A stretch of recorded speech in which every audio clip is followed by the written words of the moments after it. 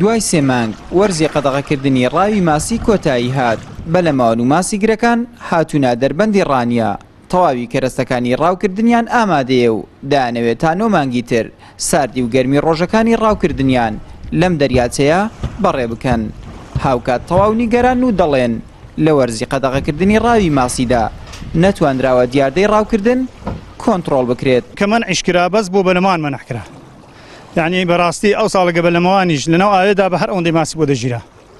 ئەو ماسێکە باوەڕکە لاوانێ بەسەندە هات تەن گیرابێ لەو بەعرەیدا ئللا بۆ خەڵکی فەقیر کەوەی کە کاسبکارە بەلەمەوانە ئەو ماسی بۆ نەگیراوە. لەنا ئەوانەی کە لێروکانە بوون هەمویان بە بەش دەفرۆشت ئەو منتیقە بەوەندەی ئەو منتیقە بەوەندەی منتیقە بەوەندەی دەیانفرۆشت و خەڵکیش ڕاوی لێ دەکرد. هەر بۆ خۆیان کە کەسی خۆیان دانهێنا ڕایان پێ دەکردن. بەلەموان ناچێت بەس غیرە بەلەموان هەیە کابرا دوتۆر هەیە و دەچێت لە قونچێکی خۆتێ دەکات ئەگە ئەوانە دەنا بەلەموان ڕسمی ناچێت. هاردمە بە ماسی نەکەوتووە.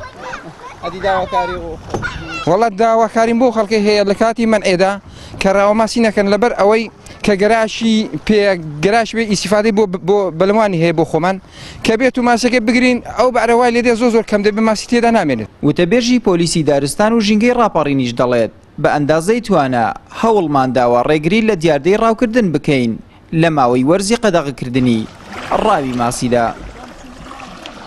تەمەنی ئەو 3 مانگەیە بە باشی بە پێی توانە کۆنتڕۆڵی هەموو ئەو دیاردە ناشینانێک کە خەڵک بەمبەستی ڕاوکردن دێکە 121 تۆمەتبار دەستی بەسەرداگیرا و مەلەفیان بۆ کراوەتەوە تەسلیم بە دادگاکان کراوە لەگەڵ 108 تۆڕ دەستی بەسەرداگیراوە کۆمەڵێک کەلوپەری تشە وەک شەدا و قولاب و چۆن دەڵێ کەلوپەلی ترکە ڕای پێدەکرێت وەک مۆلیدەوە ئۆتۆمبیل و یاخود تاپەر ئەوانە دەستی بەسەرداگیران هەمویان دەکرێن بە مەلەفی لێکۆڵینیان بۆ دەکرێت لە ڕێگا دەرگا بەڕێزەکانەوە یەک لای دەکرێتەوە.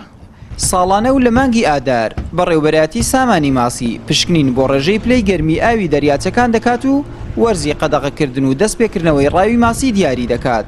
وێڕای ئەوەی ماسیگرەکان هەنگاوەکانی ڕوبەڕووبوونەوەی ڕاوکردنی ماسی لە وەرزی گەراداناندا بەلاواز دەزانن لە هەمان کاتیشدا هۆشداری دەدەن لە کەمبوونەوەی بەرهەمی ماسی لە دەریاچەکان. ئاراز ڕەسوڵ، کەناڵی ئاسمانی پەیام، دەریاچەی دووکان.